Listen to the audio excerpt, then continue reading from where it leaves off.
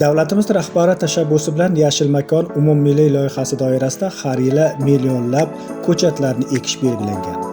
Bugun yurtimizda keng tus olgan Yashil makon umummilliy harakatining ma'no mazmuni, maqsadi ham yurtimizda yashillikni kengaytirish barobarida tabiatni asrash, ekologiya musaffoligini saqlashga qaratilmoqda. O'zmedkombinat aksiyadorlik jamiyati ham bahor faslida loyiha doirasida hududlarni ko'klamzorlashtirish ishlarida faollik ko'rsatib, ko'chatlar ekishni davom ettirmoqda. Ma'lumki, kombinatda issiqxona mavjud bo'lib, bu yerda 60 ga yaqin gul turlari o'stirilib, parvarish qilinmoqda.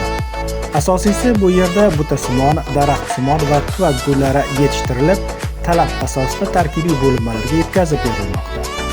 Issiqxona ishchi xodimlari esa qalamchilar, urug'lar orqali ko'chatlarni ko'paytirishmoqda.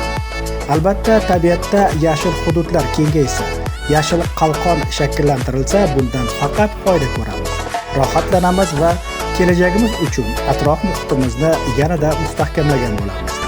Demakki, yurtimizda keng quloch yoygan Yashil makon umummilliy loyihasi nafaqat bugunimizga, balki yaqin va uzoq kelajagimizga daxldor hayotiy harakatdir.